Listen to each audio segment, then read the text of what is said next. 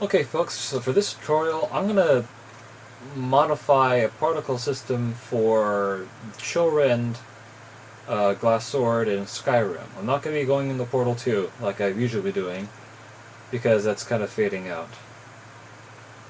Sad, but true.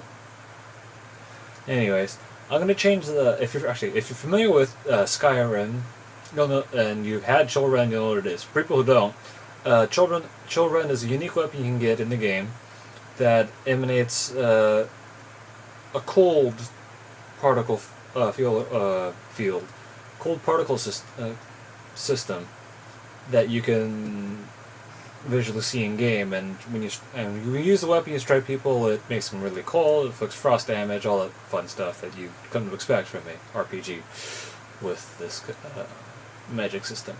So I'm going to change the particle system from frost or mist kind of falling from the tip of the blade to just it hovering around the blade. It's something something like this is what I was looking for when I was trying to make particle systems over the past 4 days, and a day ago, 4 days prior. So Thursday to Sunday I was doing this, and a day per particle system just to figure out how it was working to create my own. Now, you can see here I'm searching for Chillrend, and it saved my search term, so awesome. I'm going to open up the most powerful variant of the Chillrend, I believe. Let's see here. Damage 10, damage 15, yes, the most powerful version right here. And I'm going to go ahead and rename it Test. And over here, Test again. And go and click OK, and select Yes to create a new form. There I have it, my new weapon, Test Chillrend 006. Actually, I'm going to pop this open and remove 006 from the end of that, just because I don't like it. I'm not going to create a new form. It's okay, nothing else is using it, so that's all good. Now, Chillrend is also... Oh, I forgot to delete this. That's okay. Yeah, it's fine. Because it's missing something. Now, paralysis of contact, that's well and good. What I'm going to do here is create a new magic effect. So, at the top here, this magic effect is what gives Chillrend its frost damage. Clearly, the ID and the name kind of give it away. And the resist value as well. But another thing it does is it gives all the visual effects right here. So what I want to do is change the enchant art, which is what applies the particle effect. And you see enchant art, Chillrend enchant effects. And if I look over here in the object window, it's actually an art object for an enchantment effect that points to a NIF file. For those of you who don't know what a NIF file is, it's what contains the model data for, well, pretty much L3D models and such, and also sprite data. So it's pretty much all-encompassing art assets go into here file. So I'm going to go ahead and add my prefix test to it. Create a new form, always. Cancel out of this, reopen it. Then under enchant art, type in test, and at the top give it the prefix test, of course. Create a new form, make sure it's here, 1 and 2 and 3, good. Now, I'm going to add a new effect to this Chillrend test enchantment I forgot to delete. Oops, and it's okay. And type in test. There I have it. Chillrend enchant frost damage, fire and forget contact. And I'll give it a magnitude of 30 to match the original. Okay. Reopen it. Actually, I might have to give it a duration. Let's see here.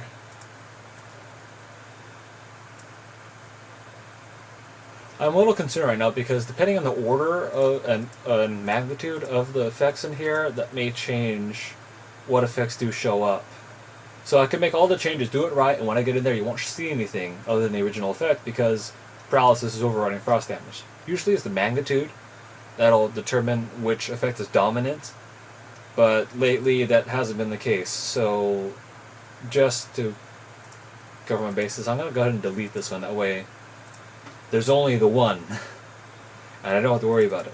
Only the one. What's that from? Yeah, that'll come back to me later. Okay.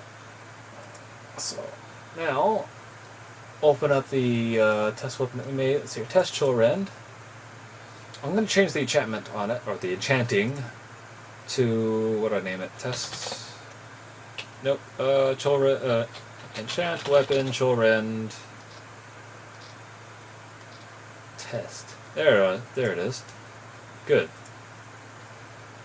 Okay, so save that. Now that should take care of pretty much everything else we need to do in here, except for one thing, which is changing the model. So I'm going to do that right now. Now the model is under Magic Chillrend effects. Now the actual hierarchy, a little different. It's not all shown here. So I've extracted Skyrim's data to called a meshes extracted folder, which just has no effect on the game whatsoever unless I reference it, so it's kind of safe for me to put it here. Let's see here. So under meshes, magic, and let's see, Chillrend effects. Good. So I'm going to go save a copy of this in meshes, and I'm going to overwrite the one I made before because it was broken anyway. Now, I'm going to go ahead and open up the weapon itself, which should be under meshes, weapons, glass, first person, Chillrend. Aha! Okay. Okay, not the same perfect angle, but you can kind of get it.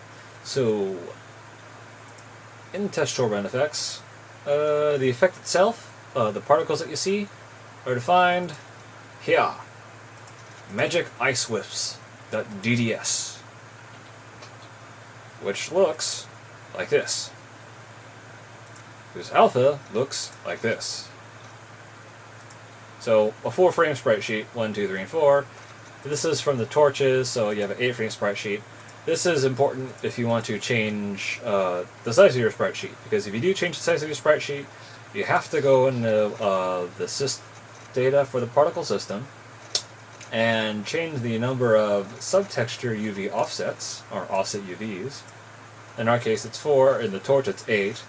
And then, when you hit refresh down here, I'll open this up, you'll have the same number of subtexture offset UVs to enter it in. I really don't know how to calculate it. For the 8 set, you use a lot of 0.125s, 0.5s, and 0.75s. Yeah. There are examples in Skyrim itself, so find them. So if I open up the effects right here, you can find what the torch embers, so find the torch and you got it. Another one, there's a crazy one in here. Yeah, Magic Wisps 01.dds. This is here, 1, 2, 3, 4. So this is the 8x. This is a 64-frame sprite sheet. And that was my hard drive kind of groaning. So if you have something like this, you're going to want to look at whatever created this to figure out what the heck is going on with the coordinate system. Because then you also have to mess with scaling. So those things are connected. Don't worry about it. I'm not going to touch them here. So what I want to do now is turn off gravity for the particles, not us. The gravity here, you could delete it. And if you did, you'd go down here under the particle system, go to modifiers, and if I deleted it, there'd be a big gap here. In order to correct that gap, I'd have to shift everything up. So I'd have to double click, enter 24 to move the reference 24 up here, then put 25 to reference it up here, and then remove 25 from here so there's a big gap. So there's an empty entry here. And then change the number of modifiers to 9, hit refresh, then save, and it should work. If you don't do that and you delete one of the modifiers, Skyrim throws a fit. For me, it just crashed. So I'm going to take the safe route and just turn off gravity by setting its active flag to no or false. Value is no, so Boolean, yeah. True, false, no, 1, 0, no. So now gravity is disabled. Next up, I'm going to go to the emitter.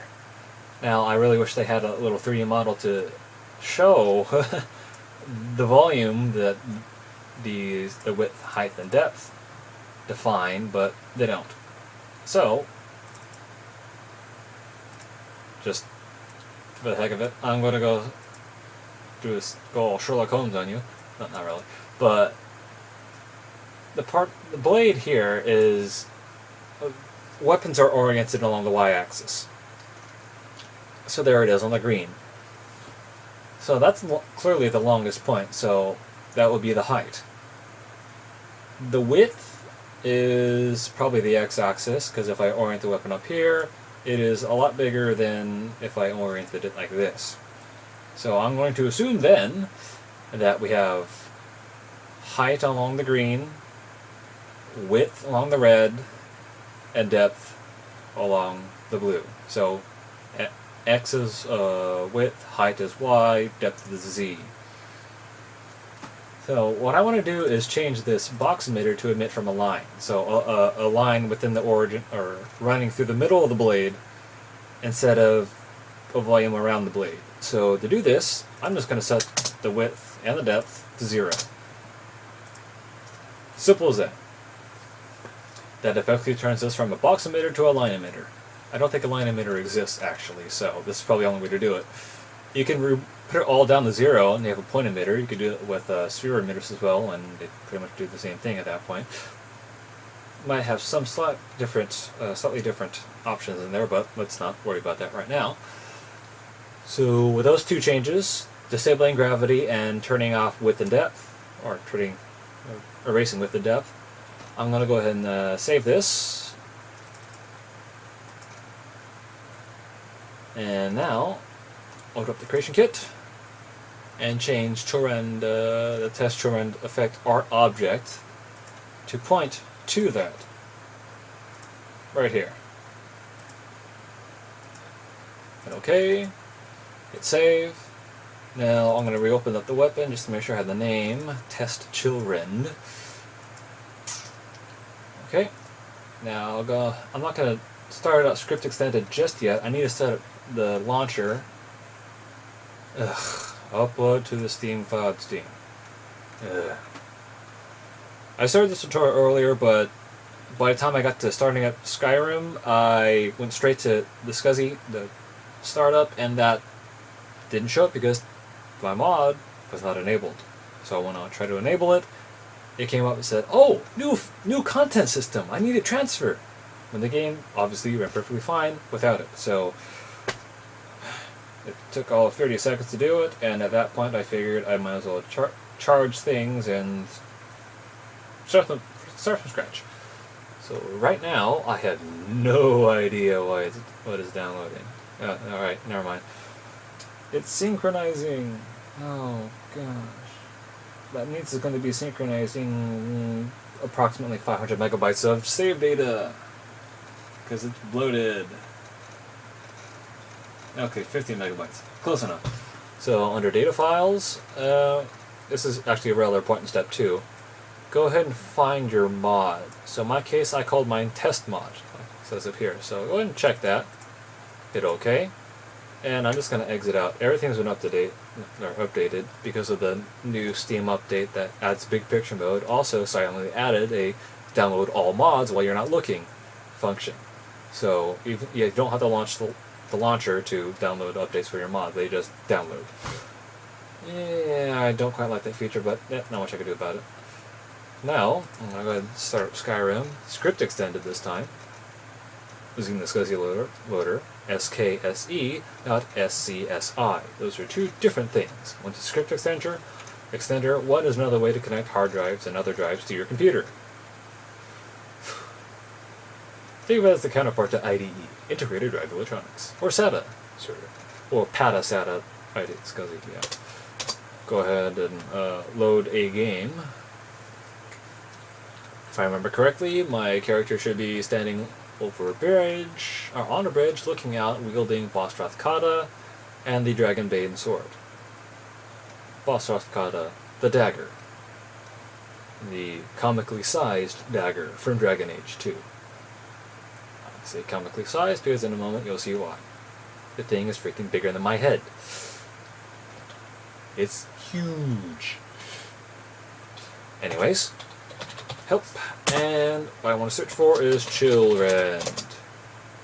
And there I have it. Down here, if the cursor is following correctly, I have 5700 74E8. So I'm going to player.add item 5700 74E8 and a quantity of 1. Test Chillrend added. Actually, I should give myself Chillrend as well, so we have a comparison. Player.add item. Let's see here. F8 318 1. Chillrend added. I'm terrible with it.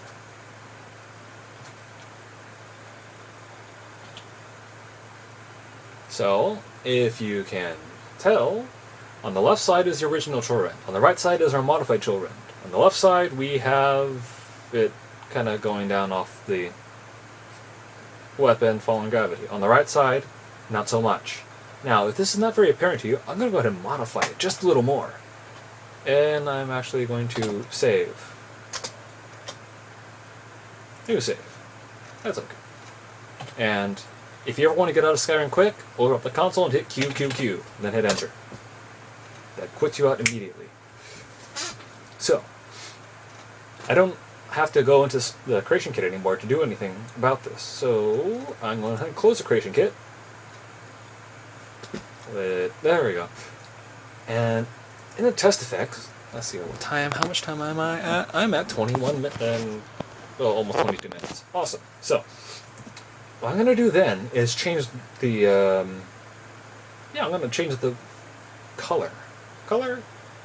Screw it. No, I'm going to change the texture. And the color. So, emissive color, let's go ahead and make this a nice bright red. Hit OK. And if you have Nifscope open, go ahead and under the second entry here, just hit enter. It'll flash green, and I'm going to jump right back into the game. Thing I don't really like about it, which is the same with Portal 2, you have to keep reopening the game in order to get anything to show. Well, in Source Engine you don't have to do that, but it's really recommended just to make sure you reset everything, because the commands in to reload everything don't always work. Net reload all materials, yeah, that works fine, but refreshing scripts, models, yeah, reload all assets, no. Other assets, not so much. Ah, this might be a little more apparent now. If you look on the right, the particles are red, and they're emanating from the center of the blade, but not going down with gravity. They're just kind of sitting there. Kind of nice, right? Now, I'm going to add a different texture. So, I'm going to stick with the original texture, but I'm going to show you... I'm not going to stick with the original texture. I'm going to show you different UV coordinates. So, so this torch embers texture here, I'm going to actually show you what the coordinates for it look like compared to the ones for this one over here. A 4 versus an 8. NPS... torch. Embers. Here we are. So, as you may or may not remember, UV data from the number of frames, the frame counts, are in particle system NIP sys data. So, over here, particle system NIP sys data. And then scroll down. Now I have the number of frames right here as the number of subtexture offset UVs. Let's open this up. And there you have it. But I'm not going to be using that. I'm going to be using a different one. I am instead going to use... let's see here. What would be a good texture? Yeah... Yeah.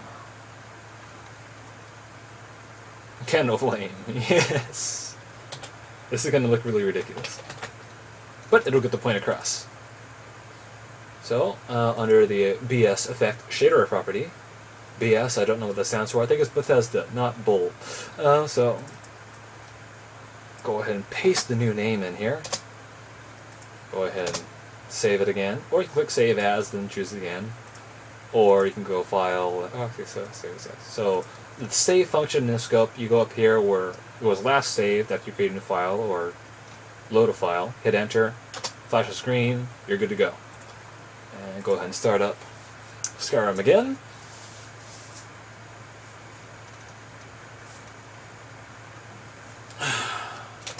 Hit enter and watch the loading screen.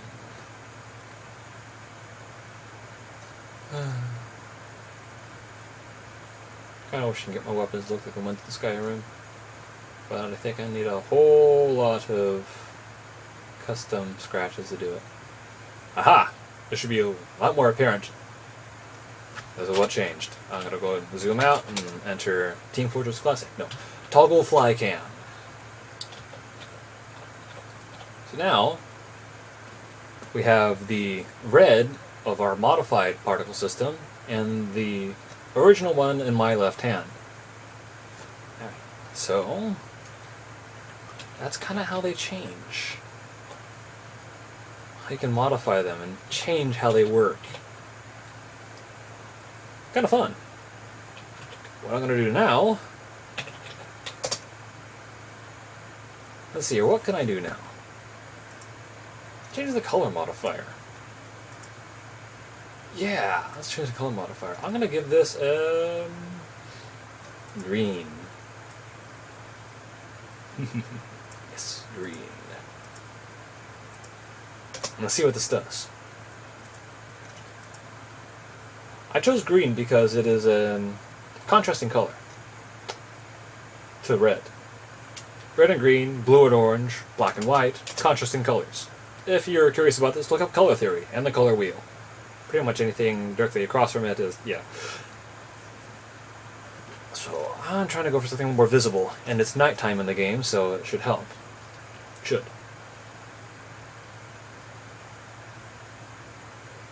Oh yeah, not very visible. That's alright. I could pull out a weapon that makes it even more visible, but that'd be kind of showing my hand for something else, and I don't want to do that right now. But yeah, that's kind of it. So we have the original one on the left, the original Chillrend, which shows this mist coming off it, and the one on the right, which shows red blobs coming off it. That kind of turn green, but they fade away before you can see it. Kind of fun. And with that, let me exit out of this, and then I shall hit stop for recording. And inevitably start recording the inif scope, because it just changes the DirectX calls it listens to. Alright, if you have any questions about it, go ahead and ask. I can't guarantee an answer. In fact, I would recommend you look at stuff like this. Oblivion 401 particles. Yes, Oblivion is not Skyrim, but most of the structure is the same. Not a lot is different. Some of the naming and schemes and whatnot. Naming schemes are different. So, yeah, there's not a lot of documentation for particles in Skyrim. That's why I made this. Just to kind of walk you guys through screwing with particle systems, instead of just blindly going through it and hoping that you get something to work. It's also because that way, if I ever forget, I can look back at this and then look at what I've done before and kind of get in that same frame of mind again. A lot of this stuff is very half-hearted and just incomplete. I'll finish it later is what a lot of these say. Or they're incomplete like this. However, this is not the end of the story, apparently. So, not a lot of stuff down here. Particle effects, you see, it's all hidden in sub-forums and secret forums, and you're not part of the club, so you can't be let into the insider access. That's the vibe I'm getting, only because there's no vibe to be had, so I'm making one up. So So, but on this particular page for Nifscope, it's useful, to say the least. Although, frankly, I didn't use it because I found it a waste of time when I wanted to make stuff. So I stumbled my way through, and I hope you guys choose the best method for yourselves. Stumble through, fall through, do both. But there you have it. And I'll see you next time.